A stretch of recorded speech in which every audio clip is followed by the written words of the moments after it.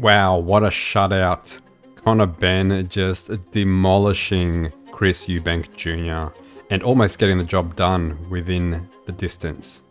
Round 12 dropped him twice. Crazy. Where did they go from here? Let's dive in.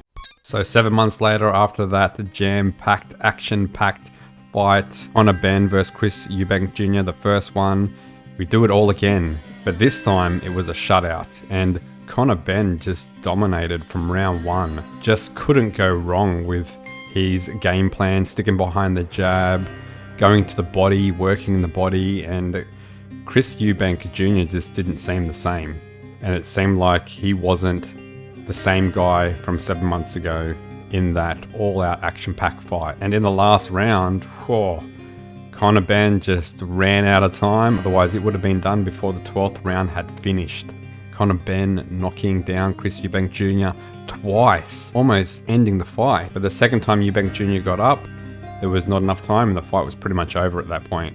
But Conor Benn just dominating, winning it, and that's it. Where do we go from here? So for this fight, this is a bit more of a meet in the middle fight, and I think both fighters will go back to their respected weight divisions. I think Conor Benn will move back down to the welterweight division and continue his pursuit of a world title from there. For Chris Eubank Jr., he'll go back up to the middleweight division and probably compete maybe 1 or 2 more times. I don't know if he's going to be able to continually succeed in his pursuit of a world title. I don't think he'll quite get there. I don't think he has the potential to continue, especially at his age and his performance in this fight.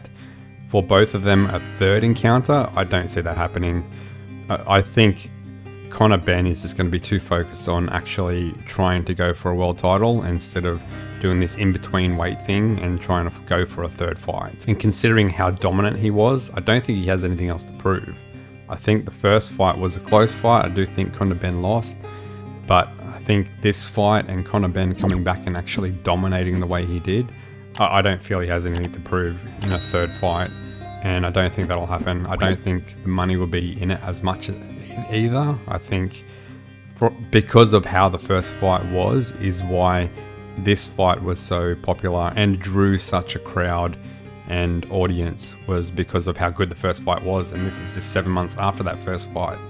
So whether they could draw another crowd and audience from a third fight, I don't think so. Nowhere near as big as this. Numbers won't be even close. But I do think Eubank Jr. is drawing close to the end of his career. He might try to campaign a couple more fights in that middleweight division. I don't know how successful he would be. Maybe a guy like Michael Zarafa, if Michael Zarafa can get past Nikita Tszyu, which I kind of favour Nikita Tszyu to win that one.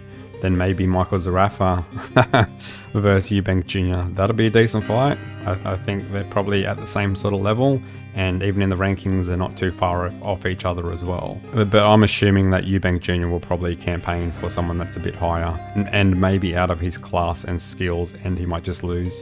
Maybe have one more fight and then that's it. Maybe 2 fights and that's it. But for Conor Benn, Conor Benn has, after this fight, has called out all the champions in the welterweight division. So who will he take on next? Because now Conor Benn is a bit of a draw. He's a bit of a money draw. So maybe some of those champions in the welterweight division might want to pursue a fight with Conor Benn. But I think Conor Benn will probably have maybe one fight with a contender first, and before he moves on to a world title bout, and then see how he goes with a contender before being given the opportunity. Or maybe he'll just step in with a world title holder. Who knows? It depends on how good his promoter Eddie Hearn is and can achieve a deal with making a world title campaign or making a world title matchup. And it could be anyone. It could be Brian Norman Jr., it could be Lewis Crocker, it could be Marius Barrios, it could be Rolly Romero. So any of them 4 fighters could be a potential matchup with Conor Benn, and it would be a good draw. It would be a good moneymaker, a decent audience size, decent crowd size, and it would probably be in the US. But you could still hold it in the UK, I guess, as well, if you want to draw a bigger crowd. I think Conor Benn is on the start of his world title campaign, where Eubank Jr. is still sort of lingering on in a world title campaign, but I don't think he'll quite get there.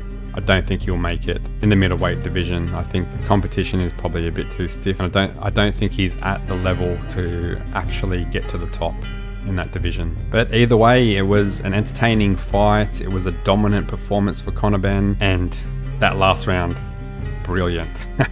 Such a good finish to the fight. So close, everyone's on the edge of their seats. Conor Benn just couldn't get the job done within the distance as he ran out of time. But either way, good fight, and that's my thoughts on the two fighters' careers and where they go from here. I want to know what your thoughts are on this whole fight and where you think these fighters are going next. Let me know in the comments below. Until next time, peace out. Myths in boxing, highlight reels mean. Front row seats to the blow by blow scene.